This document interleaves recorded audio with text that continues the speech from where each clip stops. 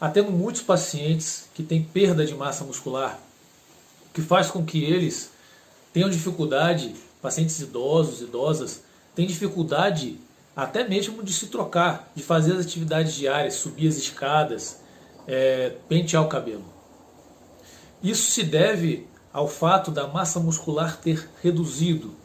Pode acontecer a hipotrofia, que é a diminuição da massa muscular, também a atrofia, que é a perda da massa muscular.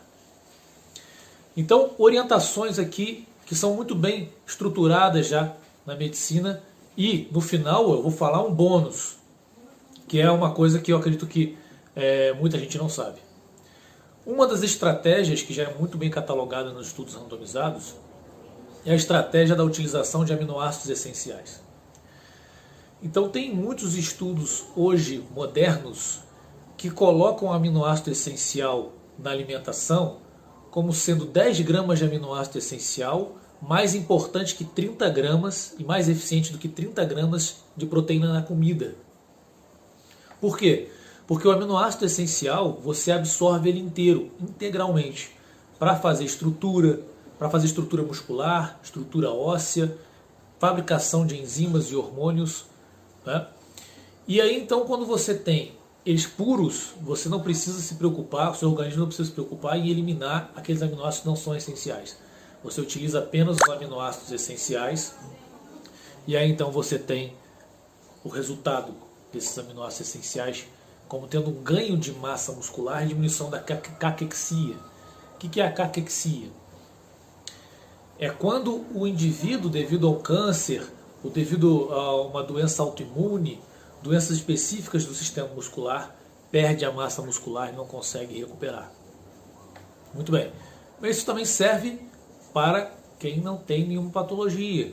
Se você quer prevenir a perda de massa muscular, você precisa, se você pesa, por exemplo, 80 quilos, você precisa de, em média, no mínimo 80 gramas de proteína diária, que seria 0,8 grama quilo peso por dia, até 1,2 grama quilo peso por dia, para que você não perca a massa muscular muito aceleradamente. Então, consumo adequado de proteínas e aminoácidos essenciais, porque não adianta comer alimentos ricos em proteínas, só que a maioria dessas proteínas podem ser aminoácidos não essenciais que seu corpo joga fora. Isso é uma das estratégias. A outra estratégia é exercício físico. O exercício físico ele causa microlesões nos sarcômeros musculares e essas microlesões são estruturas proteicas. Os sarcômeros musculares são fibras de actina e miosina que fazem a contração muscular. São estruturas proteicas que necessitam de proteínas para sua fabricação. Quando você faz, como o músculo foi desenvolvido para movimento, quando você faz movimento, o músculo está sempre fabricando novas células para manter a massa muscular. O corpo é inteligente, se você não usa, ele vai diminuindo a massa muscular até ficar muito fraquinho. Então você tem que estimular, porque essas lesões nos músculos causam uma pequena inflamação local. As células satélite vão até o local e fabricam novos núcleos, novas células, com novas mitocôndrias, com mais unidades de força para você recrutar, e aí então o músculo aumenta de volume por causa das microlesões. Para manutenção da massa magra, o movimento é a chave. Terceira orientação, já é bem também firme, é a creatina. A creatina fosfato é o metabolismo da fibra muscular rápida. A fibra muscular rápida, de contração rápida, ela faz o metabolismo através da creatina fosfato e ela tem maior quantidade, maior facilidade de produzir força e ela tem a maior facilidade de produzir também hipertrofia. Então o músculo cresce, o músculo de fibra rápida cresce com mais facilidade. E é exatamente o músculo que usa como fonte de energia a creatina fosfato. Então a creatina já foi provado que ela ajuda na manutenção da força muscular e da massa muscular, porque ela facilita a produção de força no exercício de alta intensidade e de muita força muscular. E essas fibras que têm muita força muscular, as fibras rápidas, como o metabolismo delas é anaeróbico, ou seja, não utiliza o oxigênio como fonte de energia, elas têm alta capacidade de uma contração de potencial de ação alto de produção de muita força e facilidade de hipertrofiar, aumentar de tamanho. E agora essa última orientação aí, que eu acredito que muitos não saibam, que é a orientação, mas ao mesmo tempo ainda está sendo estudado. Mas vai fechar o raciocínio aqui comigo. Os processos anabólicos são os processos nos quais a gente adquire mais células, e os processos catabólicos são os processos no qual a gente elimina as células.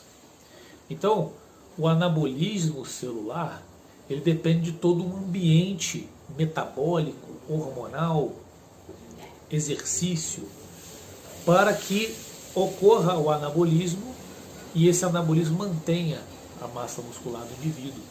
E não só a massa muscular, mas a óssea também e outras estruturas. Dentro disso, no nosso cromossomo 5, nós temos a foliestatina. A foliestatina é a expressão do gene FST, a sigla em inglês FST, foliestatina. A foliestatina ela tem ação no corpo todo, em regeneração celular, divisão celular, tem influência no hipotálamo, na hipófise, tem influência na folicogênese, na gene dos folículos ovarianos das mulheres, mas dentro do músculo, a foliestatina regula e é antagonista da miostatina. A miostatina é uma proteína que a gente produz nos músculos para que o músculo não cresça exageradamente, fica com uma inflamação, que também é ruim para o ser humano. Se o músculo crescer exageradamente, a gente não tem o suficiente sangue para nutrir esse músculo. A gente vai ficar muito pesado, pode ter problemas articulares. Então a gente tem uma proteína chamada miostatina que regula o crescimento muscular para que o músculo não fique muito grande. Só que se esse gene que expressa a miostatina estiver muito ativado, a pessoa começa a perder muita massa muscular ao ponto de perder força e até função do movimento. E a foliestatina está ali para justamente ser antagonista e bloquear a miostatina. Então não deixar o músculo diminuir demais.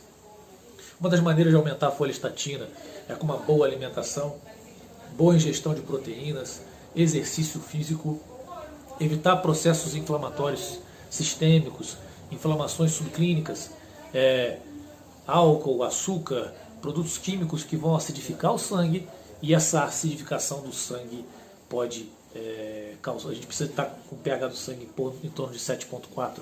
Esse potencial hidrogeniônico do sangue faz com que a gente não tenha um processo catabólico muito acelerado.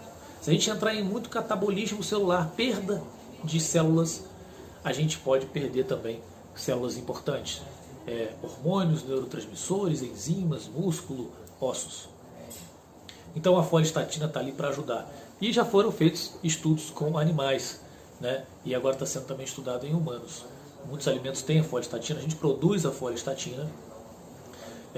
Mas teve um efeito double muscling em estudos com ratos e com macacos, do músculo aumentar com a utilização de estimuladores de foliestatina ou ainda da própria proteína foliestatina, com esse objetivo. E a foliestatina é um estudo muito promissor dentro dessa área, no qual nós temos polimialgias, fibromialgias, atrofias musculares de todos os tipos, várias patologias envolvidas com isso, distrofia muscular de Duchenne, vários tipos de patologias que englobam a diminuição da massa magra, que pode causar muitos problemas de qualidade de vida. Valeu?